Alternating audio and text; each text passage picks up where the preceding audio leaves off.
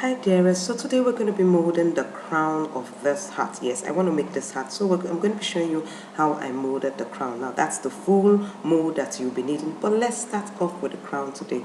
So you need your crown and also your felt material, your top bond. Now I have mixed the top bond already. If you don't know how to do that, please do check the description of the channel below. You will see the link to watch how to do that. And I've cut the material into 2 pieces in the length according to the measurement of this my crown. So the next thing you want to do is ensure that it covers up completely. Remember, when you measure, you just add 2 to 3 inches. So now I'm going to be doing my north, south, east and west. You know that's the drill, and that's to make sure that you are getting your crown, your mold smooth. When you bring it out from your mold, it's smooth everywhere.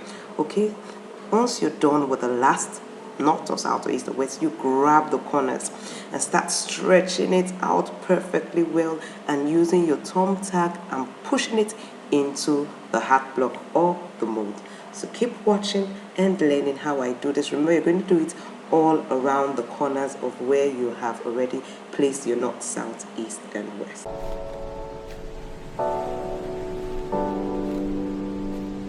Once you're done with that, you put it out in the sun to dry. Now mine is dry. It took 3 days. The weather of course is rainy. So the next thing you do is take off your thumb tags and then you cut the edges like so. And then you use your fingers and start going around to ease it off the mold.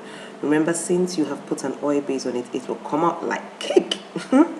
Alright, so that's it. So the next thing you do is cut it out more, and it's ready to put on our turn up brim. You get to see that later. If you enjoyed this video, please do give me a thumbs up.